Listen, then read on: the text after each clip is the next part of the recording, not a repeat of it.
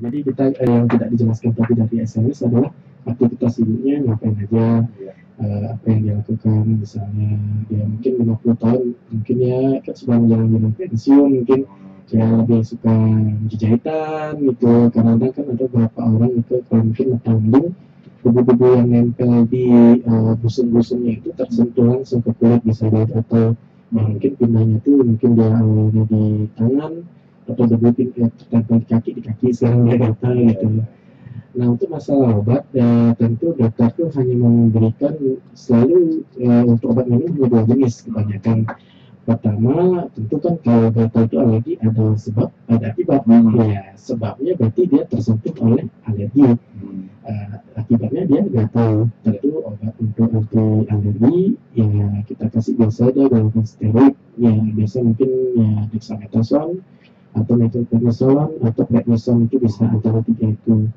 Terus kalau akibatnya kan gatal, ya kita bisa kasih dia antihistamin karena tadi yang sudah saya sebutkan tubuh itu mengeluarkan histamin yang banyak sehingga gatal. Nah, sekarang kita kasih antinya, ya seperti contoh mungkin CTM, mungkin pernah dengar CTM, ada yang golongan di atasnya sterisin, ada metibolin, ada yang istilahnya yang paling bagus loratadin gitu ya, antara itu mungkin akan dipilih pada dokter Anda.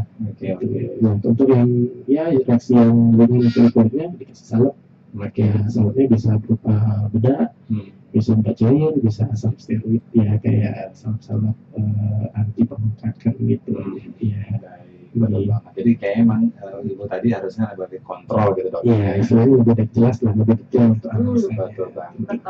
Iya, baik dok. Ini ada yang nanya dok. Jadi dia konsul pribadi yang mas terima kasih sudah peduli ya nanya ya. Pagi dokter, saya punya baby dok. Baby saya ini dalam pemakaian popok khususnya saya pakai Pampers suka ruam merah. Dan susu juga kadang-kadang dia suka jadinya BAB-nya encer. Itu sebenarnya kategori alergi atau nggak cocok dengan susunya atau nggak cocok dengan Pampersnya juga dok? Terima kasih. Oke. Ya, untuk pertanyaan berikutnya ini saya bisa jelaskan. Yang pertama tentang popok. Popok itu pada bayi dia bisa menjadi 2 reaksi, bisa reaksi alergi, bisa reaksi jamur. Ya kalau untuk reaksi alergi ya bisa dia karena alergi terhadap bahan dari popok tersebut. Jadi bentuk merahnya itu merahnya gatal dan berbintik ya kalau dia alergi. Nah, kalau yang kedua, kalau dia bentuknya itu seperti apit ya kalau orang bilang ya, itu adalah jamur. Nah itu namanya intertrigo namanya. Nah intertrigo ini ya tentu kita kasih dia salep jamur dan jangan pakai pupuk lagi. Nah, memang gini istilahnya orang tuanya akan sedikit lelah jadinya karena kenapa bayi itu kan memang kencing dan BAB-nya agak lebih sering. Yang mau nggak mau Anda sebagai orang tua harus sering ganti popok kainnya. Nah itu salah satu solusi bagi anak yang memang tidak cocok sama tidak cocok sama popok. Terus yang kedua, kalau untuk masalah susu, memang itu bisa reaksi alergi 100%. Karena dalam susu itu ada yang namanya laktosa. Laktosa itu adalah bahan yang dibawa oleh susu sapi. Ya, susu sapi memang sudah bawaan. Nah, pada beberapa bayi yang memang mungkin tidak disusui, ya mungkin alternatifnya orang tua kadang-kadang memberikan susu kaleng ya, susu formula untuk anaknya sehingga akhirnya mengalami diare. Ya ini berarti solusinya ada beberapa, yaitu mungkin kalau ibunya memang adalah istilahnya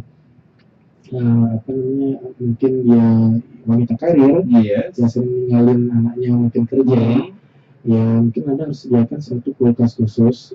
Satu kulkas khusus. Kulkas ini bisa diisi dengan susu-susu Anda yang Anda perah setiap hari.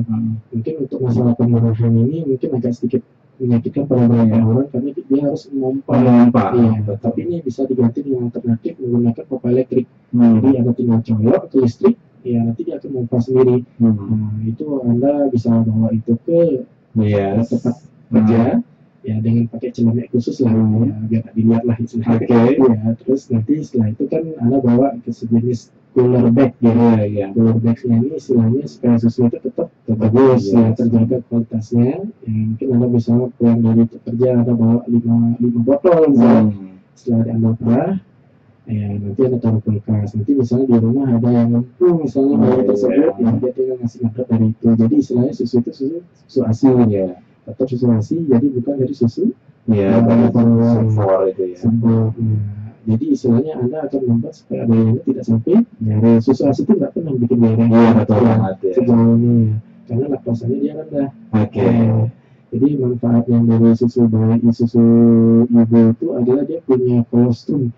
Jadi istilahnya kekebalan ibu ditransfer ke anaknya. Yes. Ya, sedangkan di susu sapi itu tidak ada. Oke. Nah, jadi kalaupun itu solusi pertama, yang kedua kadang-kadang ada ibu yang mengeluh untuk saya keluar susu. Nah, ya itu ya terpaksa Anda harus ganti susu formula yang low laktosa atau LLM yang namanya. Atau yang kedua mungkin yang kesusuan susu soya misalnya, ya susu dari kacang kedelai. Ya ini agak jarang sih orang alergi bayi itu untuk sama susu dari kacang. Baik, jadi memang ada kasus kita alergi susu gitu ya sama pampers atau apa itu dulu diganti begitu kalau kita untuk alternatif lain begitu dok. Oke, sementara gini dok, saya penasaran juga ada beberapa gitu kasus dok yang pernah saya amati di lingkungan begitu dok ya, bahwa ada orang ada pertanyaan belum ya? Masih, lanjut aja dulu. Ada yang memang seorang anak yang menderita akhirnya karena alergi menjadi asma begitu. Itu memang ada kasus seperti itu nggak dok kaitannya? Iya tentu. Jadi seperti yang saya sempat sebutkan tadi bahwa asma itu dia punya riwayat alergi yang lebih banyak daripada orang lain. Oke. Ya, jadi asma itu kok bisa orang asma? Yaitu karena beda sama orang biasa. Kalau orang biasa itu kalau kita menghirup sesuatu yang tidak cocok untuk paru-paru, dia akan bisa mengeluarkan dahak, dan dahaknya itu akan dikeluarkan melalui batuk. Kalau asma dia different, beda. Jadi istilahnya dia bisa kemasukan bahan tertentu kayak debu atau apa, dia selain mengeluarkan dahak, dia mencipik gitu loh. Jadi saluran nafas itu mengecil, dia jadi melebal. Sesak jadi sama kayak ibaratnya Anda meniup seruling. Seruling itu kan bolongnya besar, kita tiup, tapi dia akan mengeluarkan suara itu dari lubang-lubang kecil. Nah, seperti itu, makanya suara seruling dan suara nafas orang asma sama. Ini gitu dia. Sama. Ada suaranya.